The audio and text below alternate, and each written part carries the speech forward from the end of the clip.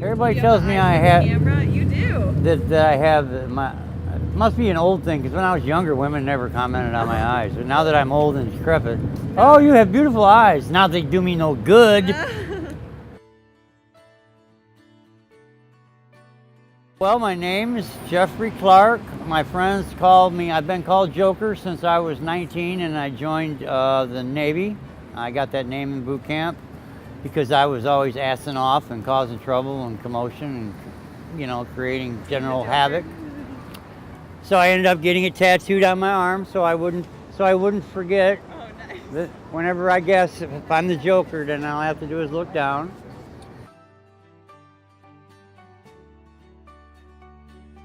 The nickname in itself is a double-edged sword because it catches me, you know, in situations. Certain people I wish I'd never told that nickname to because they take it at face value and they think that any interaction you have with me has to be superficial.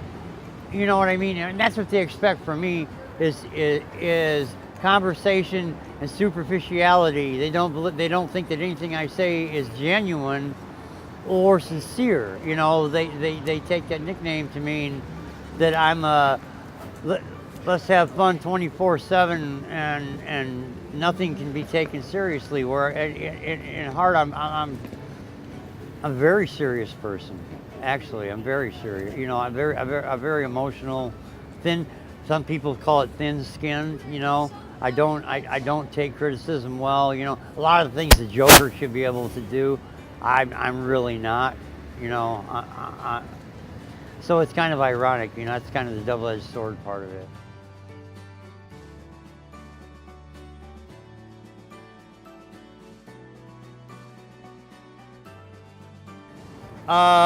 My general story, I was involved, thank you, sir.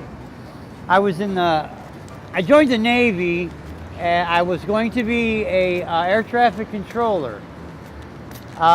Me and a friend of mine, after boot camp, decided we were going to rent a motel room and raise a little hell to celebrate. In the process, we created $700 worth of damage to the motel room, and I lost my guaranteed schooling as punishment, and there goes the start of my downfall. I went from having a pretty much sealed six-figure salary the rest of my life to starting at the bottom once again. And from that point, things just kind of went not necessarily from bad to worse. I ended up joining the Marine Corps while in the Navy because I wanted to be a corpsman, which is basically a paramedic who goes in the field and applies pressure and comfort to the wounded. And so I joined the Marine Corps, went through their basic training, and spent the remainder of my term in the field where I was in Lebanon, I was in Beirut. I've seen a lot of bad things happen, and it really kind of bent and twisted my psyche, and this is what came out.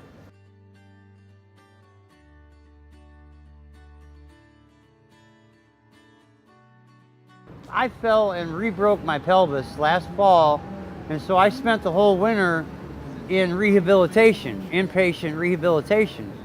So I was off the streets for 5 months while rehabbing, you know, getting to where I can walk again, you know, all the while knowing this is where they were going to end up putting me.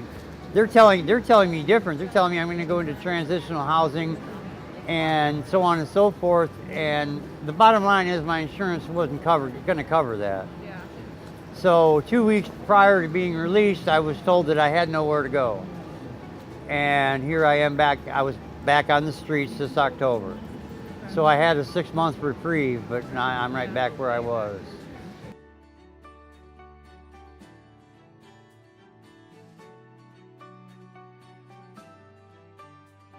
Yes, all people are good. You just have to wait for it to find its way to the surface. Yeah. That's Some awesome. people it takes a lot longer than others, but everyone has the capacity to be good. I love that philosophy. I've learned it right here on the street. There's a lady that used to come by here every day telling me to get a job and that I was worthless. Of course, she has no idea that I have a shattered pelvis. I can hardly walk, let alone do anything else. But I took it in stride, and for 2 years, this woman berated me. And this Christmas, she came down and broke down and started crying and apologized. Really? Yeah, that she said that God had spoke to her and that she was in the wrong for treating me that way without knowing anything about me. So that really does go to your Yeah, philosophy of, like, yeah. It took her 2 years to understand that maybe there's other reasons behind people other than drugs and alcohol. Everyone walking these streets thinks that everyone in this position has a drug and or alcohol problem, and it's not the case. There are a percentage that do, but there are a percentage that I'm caught up in the middle. I'm trying to get on, I'm on disability, but I can't qualify for housing. I'm on a list.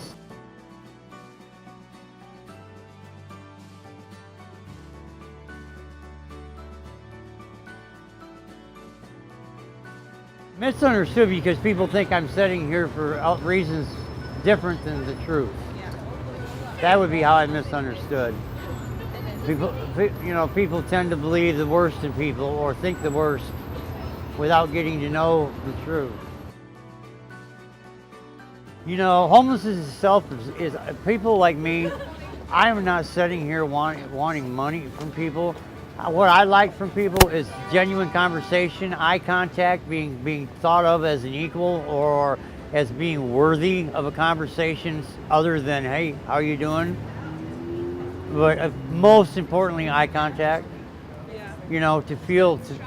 To not be made to feel less than.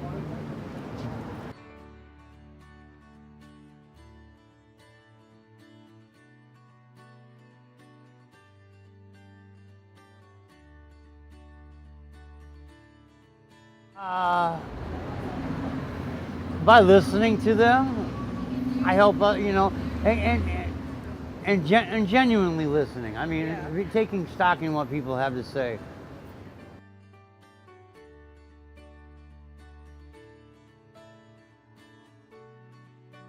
The people I meet on the street. Do you have any stories in particular of people that you...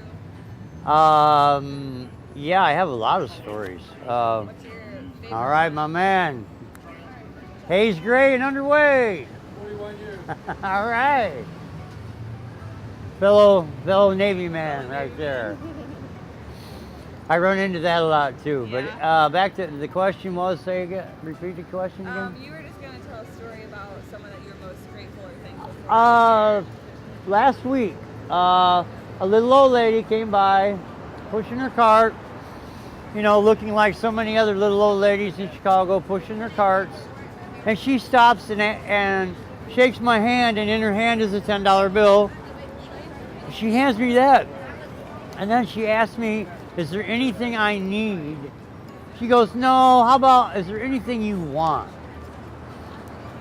And I said, what do you mean? She goes, just anything you want, like say in this store, if you walked around, is there stuff you've seen that you want but you really can't afford? And I said, yeah, I'd love to get some Cocoa Bon yogurt, whatever it's called. And that's the kind of stuff I rattled off was food things. In trade, she wanted me to pray for her because she was getting on in years and she was looking for atonement. And she went in the store, I gave her a list, and it was all food. It was bananas, yogurt, chocolate milk. These are the things I asked for. And I will pray for you, but there's nothing that I can say or that you can do that can change the past and that can change the things. All you can do is move forward from today, be a different person, be the person you know you should be or want to be, and go from there.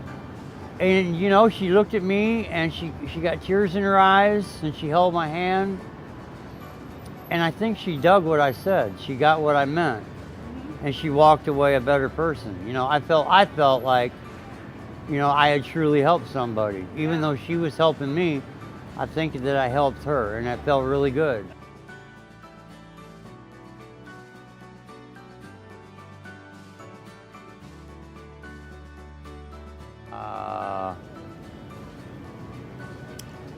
The best compliment. The thing that shook me the most, I guess it would be a compliment, is if a very, very, very spiritual person that is also homeless that pulled me aside and told me that she wanted to know if I would pray for her, if I would hold her hands and pray for her. And I said, "Why, sure, I'll pray. We'll pray together." And she goes, "You're the second person in my life that I have met that genuinely has a white aura." She says, "I saw you coming down the street from blocks away, and you have a white aura about you." And I was speechless. And I still am speechless. I don't know how to take that. Yeah. Especially coming from a person like her. She's not a fruitcake. She's not, I've known her for a couple years now. And it made me realize that I've got a purpose. And if it's sitting here in front of this tree, maybe this is where I'm supposed to be. And talking to people like you is maybe what I'm supposed to do.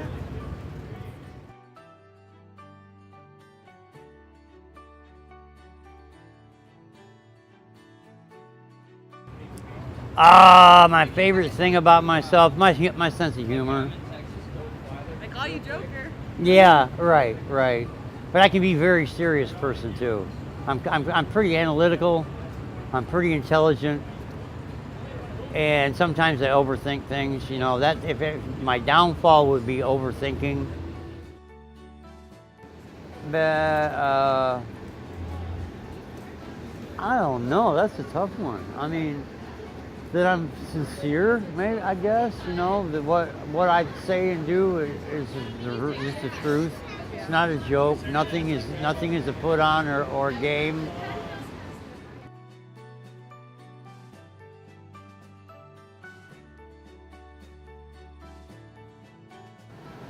The definition of a dream is are your goals and aspirations being answered. My dream is to not wake up and have to worry about surviving.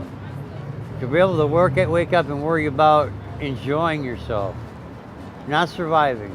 People shouldn't have to dwell on survival. How to communicate better. How to take my thoughts and emotions and be able to reiterate them in ways that people can understand. God, it sounds so cliche, but just serenity, being able to chill. Being able to just chill, no worries.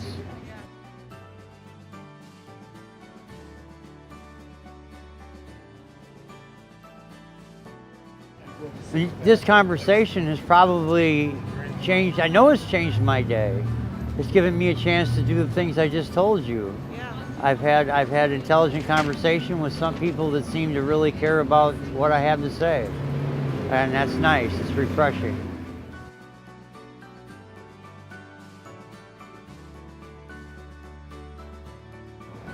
Just in general, as a good-hearted person.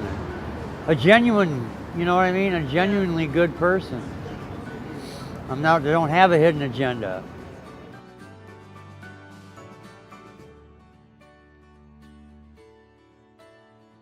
No, not really, other than the jokes on you guys. You're the ones that you gotta edit the footage.